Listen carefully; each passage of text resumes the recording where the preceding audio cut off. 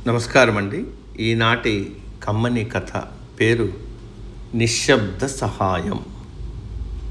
ఒక చిన్న గ్రామంలో రామయ్య అనే ఒక వృద్ధుడు ఉండేవాడు. ఆయన చాలా పేదవాడు, కానీ ఎంతో దయార్ద్ర హృదయుడు. ఊరి చివర ఒక చిన్న అరుగు మీద కూర్చుని దారిన పోయే బాటసారులకు, దాహంతో అలమటించే పక్షులకు చల్లని కుండ నీళ్ళిస్తూ ఉండేవాడు. అదే ఆయన దినచర్య. ఒకరోజు ఆ ఊరికి ఒక పెద్ద వ్యాపారి వచ్చాడు. ఎండ తీవ్రతకు బాగా అలసిపోయి దాహంతో రొప్పుతూ రామయ్య అరుగు దగ్గరకు వచ్చాడు.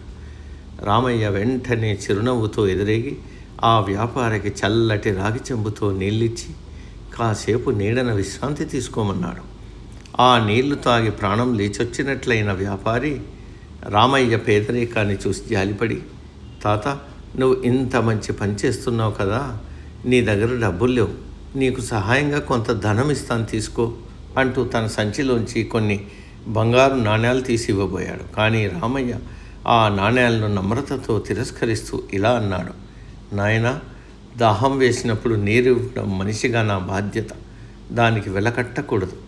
ఈ ప్రకృతి మనకు గాలిని, వెలుతురును ఉచితంగా ఇస్తున్నప్పుడు నేను కేవలం నీటిని అందించి దానికి ప్రతిఫలం ఆశించడం ధర్మం కాదు అన్నాడు. వ్యాపారి రామయ్య గుణానికి చేతులెత్తి నమస్కరించి అక్కడి నుంచి వెళ్ళిపోయాడు. కొన్ని సంవత్సరాల తర్వాత రామయ్యకు బాగా వయసు పైబడింది. అనారోగ్యం వల్ల కదల్లేని స్థితికి వచ్చాడు. ఇల్లాలు కూడా లేని ఆయనకు సేవలందించేవారు ఎవ్వరూ లేరు. ఒకరోజు రామయ్య అనారోగ్యంతో అరుగు మీద స్పృహ తప్పి పడిపోయాడు. కానీ మరుసటి రోజు ఉదయానికి ఆయన ఒక పెద్ద నగరంలోని ఆధునిక ఆసుపత్రిలో కళ్ళు తెరిచాడు. వైద్యులు ఆయనకు ఎంతో శ్రద్ధగా చికిత్స చేస్తున్నారు. పక్కనే ఒక నర్సు నిలబడి ఉంది. రామయ్య ఆశ్చర్యపోయి, అమ్మా, నన్ను ఇక్కడ ఎవరు తెచ్చారు?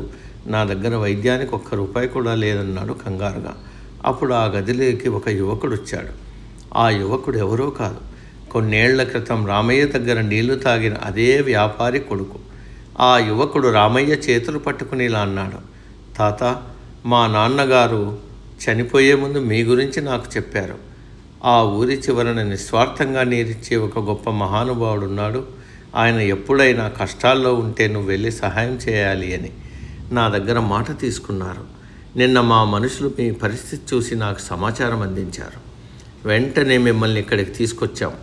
మీ ఆరోగ్యం పూర్తిగా కుదుట పడే వరకు బాధ్యత నాదే అన్నాడు.